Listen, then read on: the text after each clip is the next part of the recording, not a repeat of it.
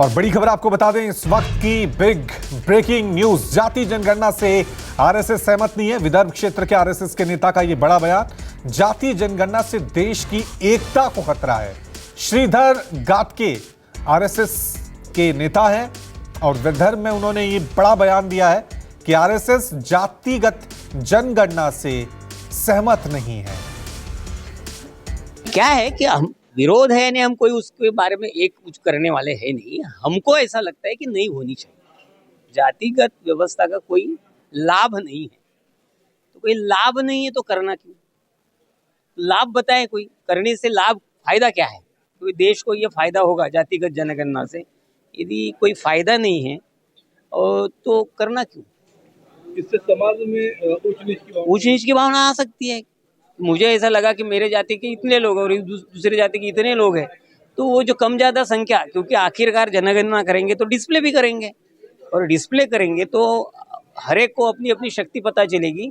तो शक्ति का उपयोग जो होता है, जो कम होगा वो दबा रहेगा, जो ज्यादा होगा वो कुछ न कुछ करते जाएगा। क्यों करना चाहिए?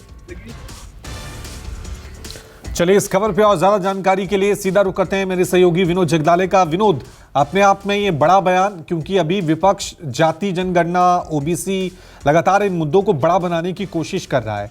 इस बीच आरएसएस का ये बयान आना कि जातिगत जनगणना से आरएसएस सहमत नहीं है, एक तरह से रिएक्शन है विपक्ष के मुद्दे का।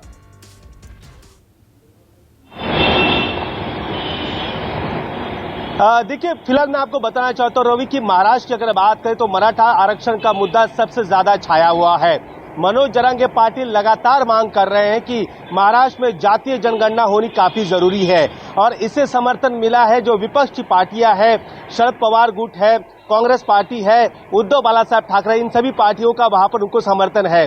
लेकिन विदर्भ की अगर बात करें तो कल नागपुर में जो विधानसभा का सत्र चल रहा है, कल आरएसएस के दो बड़े नेता, एक गोलवलकर गुरुजी और दूसरे इनको वो नमन करने के लिए वहां पर सभी विधायक पहुंचे थे, लेकिन अजित पवार गुट के कोई विधायक नहीं पहुंचे थे। तब वहां पर विदर्भ के जो सह संघ चालक है श्रीधर राव गाडगे, उनसे जब मीडिया ने पूछा कि जातीय जनगणना को लेकर आरएसएस की भूमिका क्या है, तो उनका यह कहना है कि देखिए, जातीय जनगणना नहीं होनी चाहिए, जातीय जनगणना का कोई फायदा नहीं है।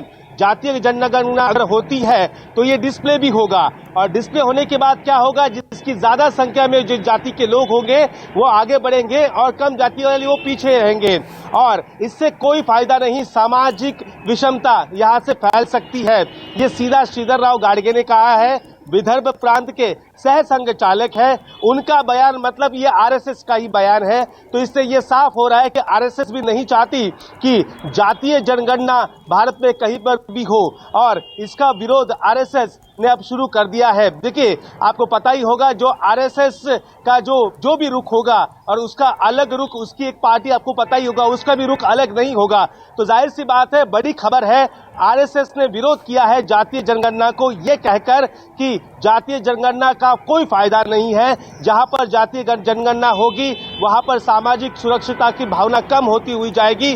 जिसकी जात ज्यादा होगी, जिस कम्युनिटी के लोग ज्यादा होंगे वो दूसरे पर राज करेंगे और जिनकी संख्या कम होगी वो खुद को दबा कुचला महसूस वहां पर करेंगे। तो जाहिर सी बात है, अब आरएसएस ने कह दिया है कि जातीय जनगणना का विरोध उनका है, जारी रहेगा। ठीक है, शुक्रिया विनोद तमाम जानकारी के लिए।